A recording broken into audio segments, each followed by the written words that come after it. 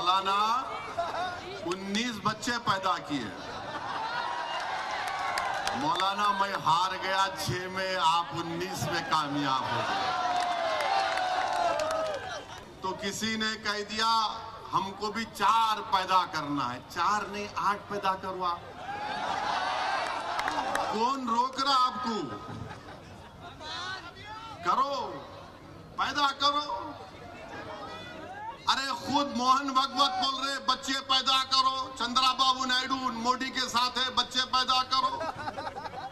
अब पैदा कहीं को नहीं कर रहे, करो ना, पैदा करो। 19 पैदा करे तुम, 4 नहीं तुम भी 20 पैदा करना। मोहन भागवत साहब आप तो शादी नहीं किए। नहीं, फैक्ट है, तंजिया तौर पे नहीं बोल रहा हूं। अब लव के साथ जिहाद कैसे आता बोलो आप? लव के साथ जिहाद कैसे आता? अच्छा, अगर ये लव जिहाद के माने क्या है बता दो मोहन भागवत साहब, क्या माने हैं?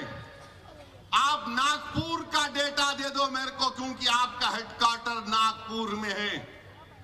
बताओ कितने लव जिहाद के केसेस हुए हैं, और अगर तुमने कानून बनाया तो बताओ उसका फायदा क्या हुआ। मेरे अजीज दोस्तों और बुजुर्गों, सिर्फ नफरत फैलाना इन लोगों का मकसद है। तो ऐसा कानून बनाया गया है जिसमें अजीत पवार भी उसमें हिस्सेदार थे।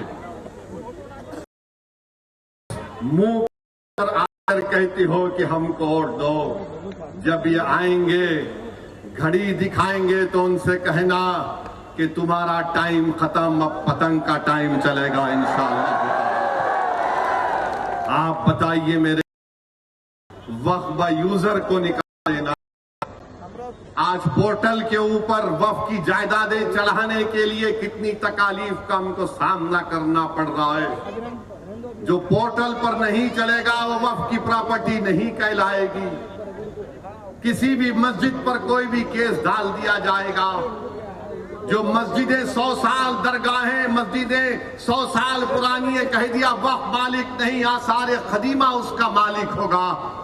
आसारे खदीमा नरेंद्र मोदी के मातहत काम करता है। बताओ, कल अगर हुकूमत चाहेगी कि इन दरगाहों को बंद कर दिया जाए, इन देखभाल के नाम पर अगर बंद कर दिया जाए, ये कह दिया जाए कि खाली जुमे की नमाज होगी, तो क्या अजीत पवार आकर बोलेंगे अस्सलातु खैरुल मिनन नौम?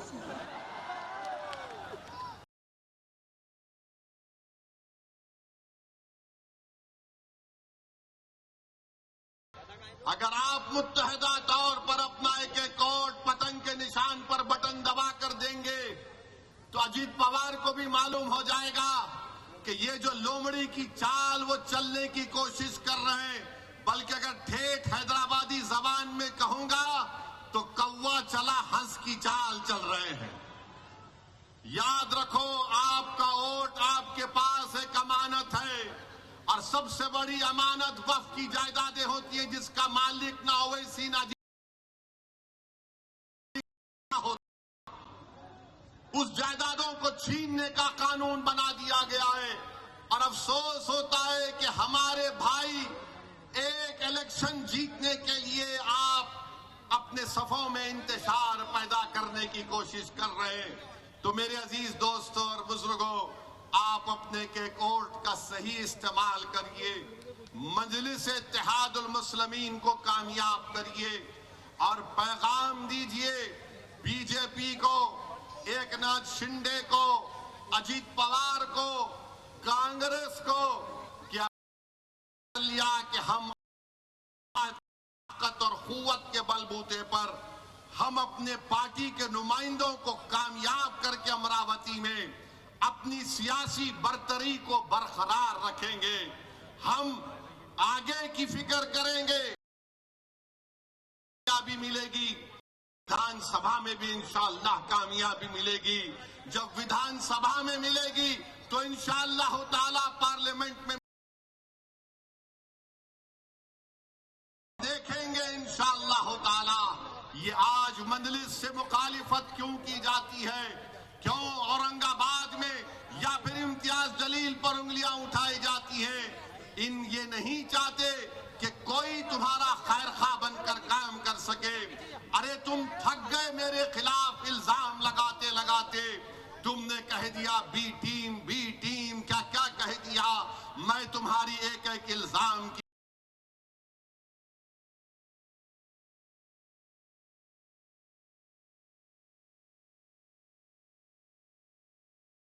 पर आता है।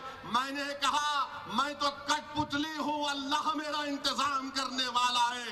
दुनिया में कोई ऐसा पैदा नहीं हुआ, कोई इंसान ऐसा पैदा नहीं हुआ सिवाय मेरी मां के, जो ओवैसी को हुक्म दे सके। मेरे अजीज दोस्तों और बुजुर्गों, याद रखो ये लड़ाई मुस्तकबिल की भी लड़ाई है, ये आज की लड़ाई है, ये मुस्तकबिल की भी लड़ाई है। इल्जामात लगते रहेंगे। अरे जरा अपने अतराफ में नजर उठा कर देखो, महाराष्ट्र और भारत में हर समाज के पास उनका एक नेता है, और तुम्हारे पास हमारे पास कोई नेता नहीं है। अगर तुम समझते कि ओवैसी तुम्हारा नेता ही नहीं, मैं नेता बनाना चाहता हूं। मैं तुम्हारा खादिम था और हमेशा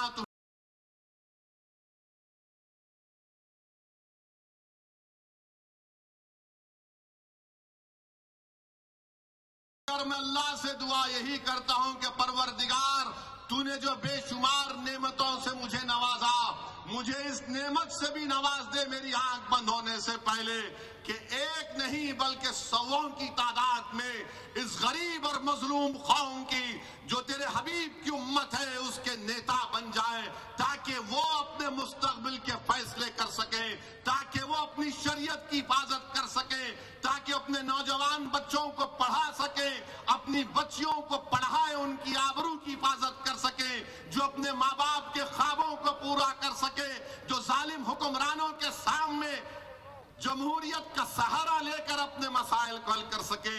मेरे अजीज दोस्तों और बुजुर्गों,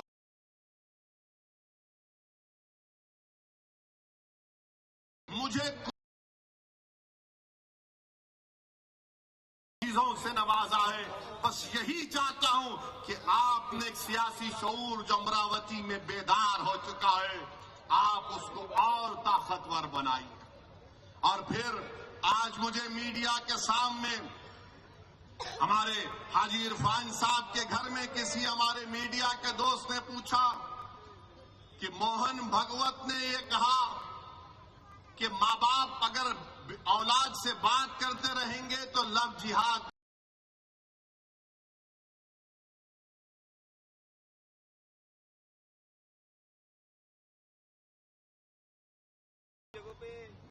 अब लव के साथ जिहाद कैसे आता, बोलो आप। लव के ये लव जिहाद के माने साहब, अब नाग बेटा दे दो मेरे को, क्योंकि आपका हेडक्वार्टर नागपुर में है। बताओ कितने लव जिहाद के केसेस हुए हैं। और अगर तुमने कानून बनाया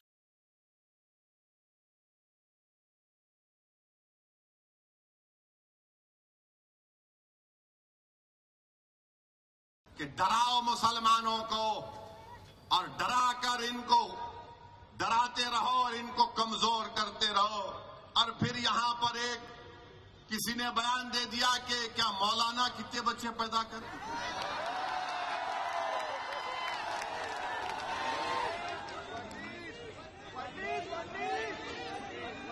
मौलाना 19 बच्चे पैदा किए। मौलाना आप 19 में काम,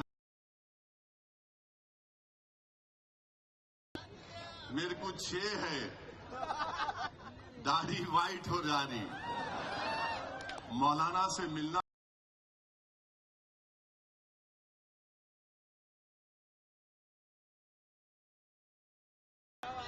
तो किसी ने कह दिया हमको भी 4 पैदा करना है। 4 नहीं 8 पैदा करवा।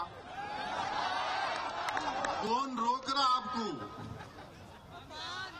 करो, पैदा करो।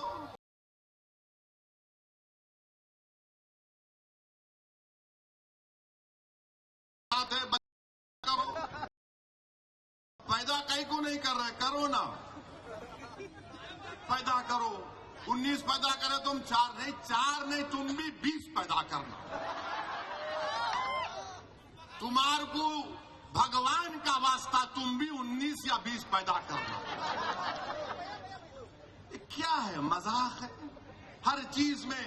अरे जालिमों, पढ़ो, तुम अगर थम्स अप है तो थम्स अप का इलाज मेरे पास नहीं है।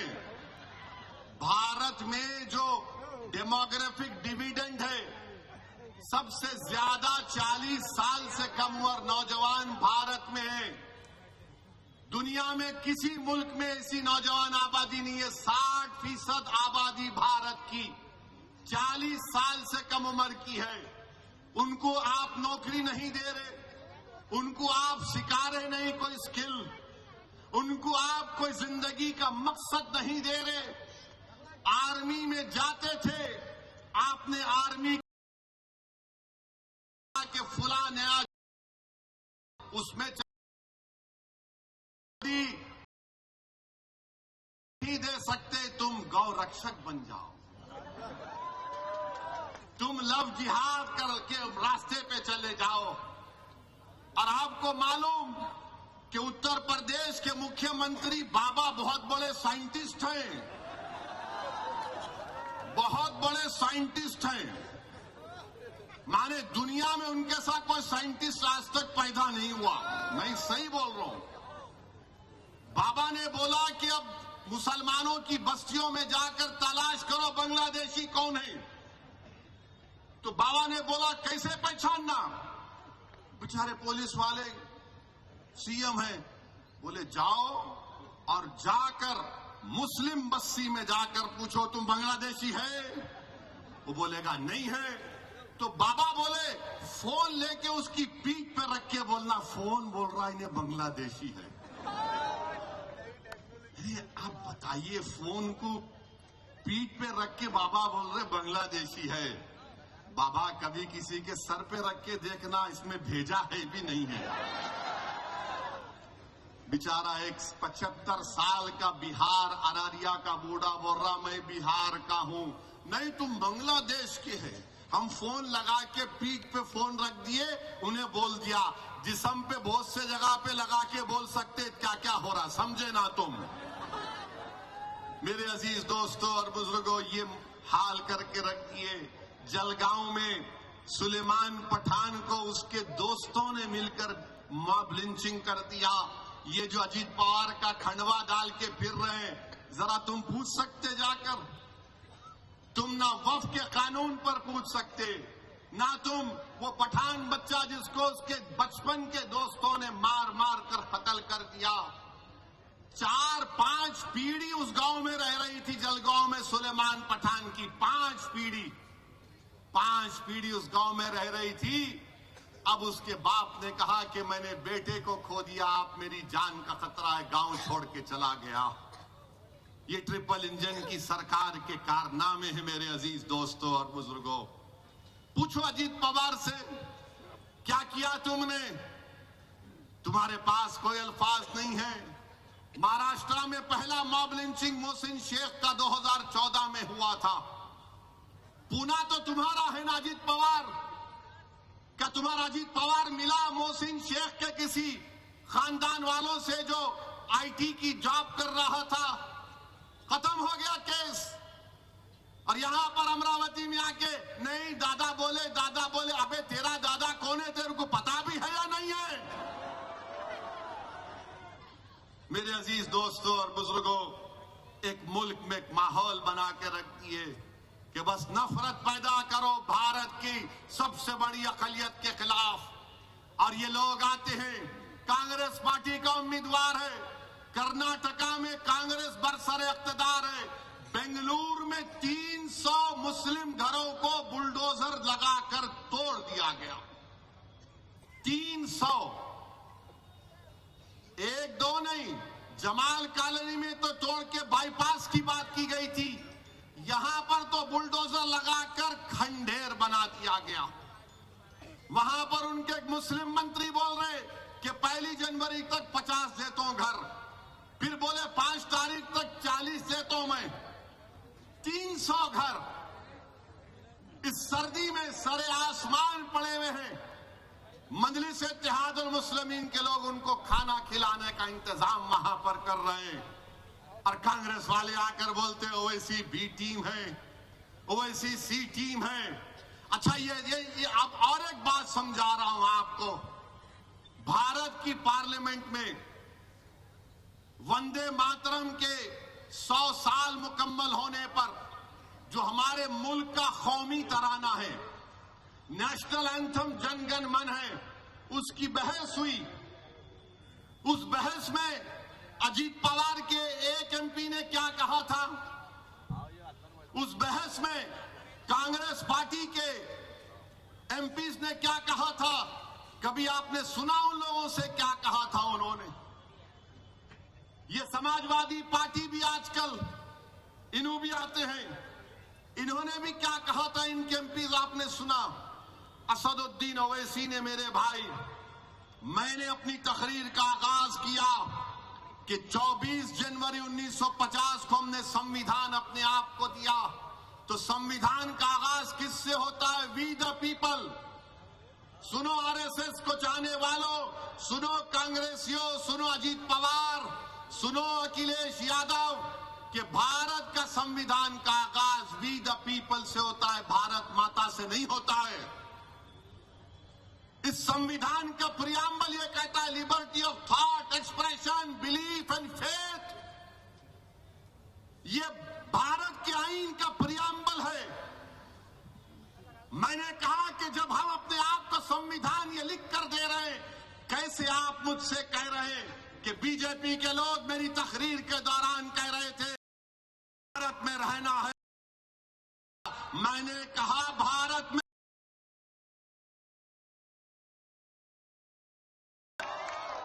पढ़ना पड़ेगा। अरे भारत का संविधान पढ़ो अनपढ़ो, आर्टिकल 25 पुकार पुकार कर कहता है, आर्टिकल 14 क्या कहता है? पुकार ऑफ रिलीजन।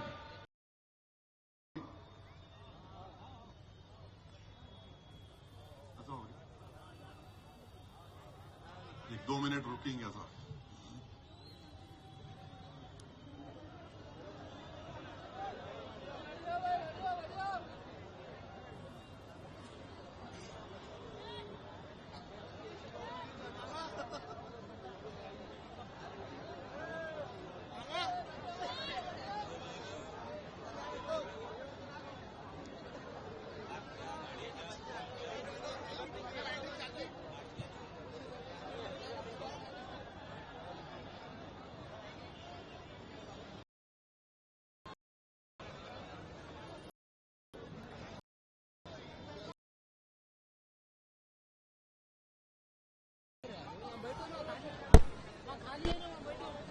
छोड़ते पुलिस मार रहे।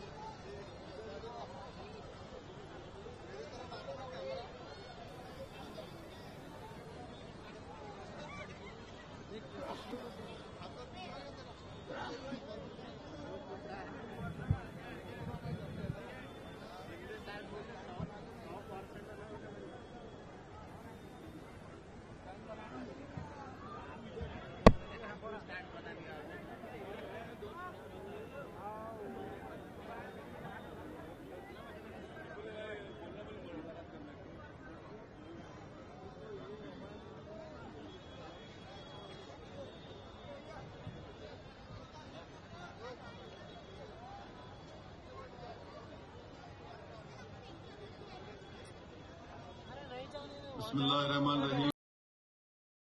मेरे अजीज दोस्तों और बुजुर्गों, मैं हूं मुत्तहिदा तौर पर मजलिस इत्तेहादुल मुस्लिमीन के हक में इस्तेमाल करिए। और आप जानते हैं कि इस चुनाव में ऐसे लोग भी इलेक्शन लड़ रहे हैं जो एमडी जैसे ड्रग के नशे का कारोबार भी करते हैं। मैं उनका नाम लेकर उनको अहमियत नहीं देना चाहता हूं, मगर आप लोग जानते हैं कि ऐसे लोगों से हमको होशियार रहने की जरूरत है। मेरे अजीज दोस्तों और बुजुर्गों, 15 जनवरी के दिन आप अपने एक एक वोट से बीजेपी को, शिंदे ग्रुप को, उद्धव ठाकरे के ग्रुप को, अजीत पवार को, शरद पवार को, कांग्रेस को, अखिलेश यादव को एक पैगाम दीजिए कि हम अपने वोट से अपनी पार्टी को कामयाब करेंगे। अमरावती में आपको अपनी जमात को मजबूत और कामयाब करना है। ऐसे उम्मीदवारों के हक में अपने वोट का इस्तेमाल करके अपने वोट को जाय होने से बचा लीजिए। मेरे अजीज दोस्तों और बुजुर्गों, आप जानते हैं मेरे भाई कि महाराष्ट्र में जब से बीजेपी की सरकार बनी है, एक जुल्म के दौर का आगाज हो चुका है और ऐसे वक्त में जरूरी है कि आपके नुमाइंदों को आप कामयाब करिए। याद रखिए, अगर आप ऐसे पार्टी के उम्मीदवारों को वोट देंगे तो ये लोग ना इनमें लड़ने की कोई ताकत है ना कोई जज्बा है। मंजलिस अगर इलेक्शन लड़ रही है तो अवाम को कामयाब बनाने के लिए लड़ रही है। मंजलिस अगर इलेक्शन लड़ रही है तो आपकी क़यादत को मजबूत बनाने के लिए लड़ रही है। मंजलिस अगर इलेक्शन लड़ रही है तो अमरावती में आपको अहमियत और आपके इत्तेहाद को मजबूत बनाने के लिए लड़ रही है। ये दूसरे पार्टी के उम्मीदवार अगर इलेक्शन लड़ रहे हैं तो वो खुद को कामयाब करने के लिए लड़ रहे हैं। आप पतंग के निशान पर वोट देंगे तो ये आपकी कामयाबी होगी। अगर आप किसी और को वोट देंगे तो फिर ये उनके इनफरादियत की कामयाबी होगी और वो सिर्फ अपनी जात के लिए लड़ रहे हैं। मजलिस हर आवाम की और हर अमरावती के रहने वाले के लिए, उनके अच्छे मुस्तकबिल के लिए मजलिस आपके वोट के लिए लड़ रही है। तो मेरे अजीज दोस्तों और बुजुर्गों, पार्लियामेंट में आपने देख लिया कि वंदे मातरम के ताल्लुक से मजलिस इत्तेहादुल मुस्लिमीन की तरफ से हमने एक दलील और तमाम आइन का हवाला देकर इन तमाम को एक्सपोज कर दिया। और कौन था जो पार्लियामेंट में खड़े होकर कहा कि हम वतन की एक एक चप्पे से हमको मोहब्बत है, मगर हम जमीन व आसमान के खालिक की इबादत करते हैं। हम अपने माँ की पेट में 9 महीने रहकर पैदा अल्लाह हमको करता है। हम अपनी माँ को दुनिया की हर चीज से ज्यादा चाहते हैं, मगर हम अपनी माँ की पूजा नहीं करते। अगर हम किसी की इबादत करते हैं तो अल्लाह की करते हैं। कौन था पार्लियामेंट में जिसने खड़े होकर कहा था कि इया का नाबुदू और इया का नस्तईन? याद रखो मेरे अजीज दोस्तों और बुजुर्गों, भारत की पार्लियामेंट में सब नेता थे। अगर किसी ने ऐसे वक्त में और बता दिया दुनिया को के सामने कि हम तौहीद के ऊपर कॉम्प्रोमाइज करने वाले नहीं हैं, हम शिर्क के करीब, तो शिर्क करना तो दूर की बात, हम शिर्क के करीब भी नहीं जा सकते। आप याद रखिए, यही चीज होती है कि अगर आपका नुमाइंदा कामयाब होगा तो दुनिया के सामने आपके मजहबी तशख्खुस को भी पेश कर सकता है, वो दुनिया को दावत भी दे सकता है आपकी दीन के बारे में। मगर अगर आप अपनों को छोड़कर गैरों का गिरबान थामेंगे तो फिर याद रखिए, 70 साल से हमने सबको आजमा कर देख लिया। अगर आज हम कमजोर हैं और बर्बादी के दहाने पर पहुंच चुके हैं तो हमने इनके ऊपर भरोसा किया जिन्होंने हर मोड़ पर ना सिर्फ हमको धोखा दिया बल्कि हमारे जलते हुए घरों को देखकर अपने सर को पलटाकर वापस चले गए, जिन्होंने हमारे बच्चों की जवानी को जेल में बर्बाद होते देखकर ये लोग आवाज नहीं उठाए। हम एक नमाज के लिए रुक चुके, अज़ान के रुक चुके हैं, मुझे जाने वो हो चुका है। मैं अपनी तकरीर को मुकम्मल कर लेता हूं। मेरे अजीज दोस्तों और बुजुर्गों,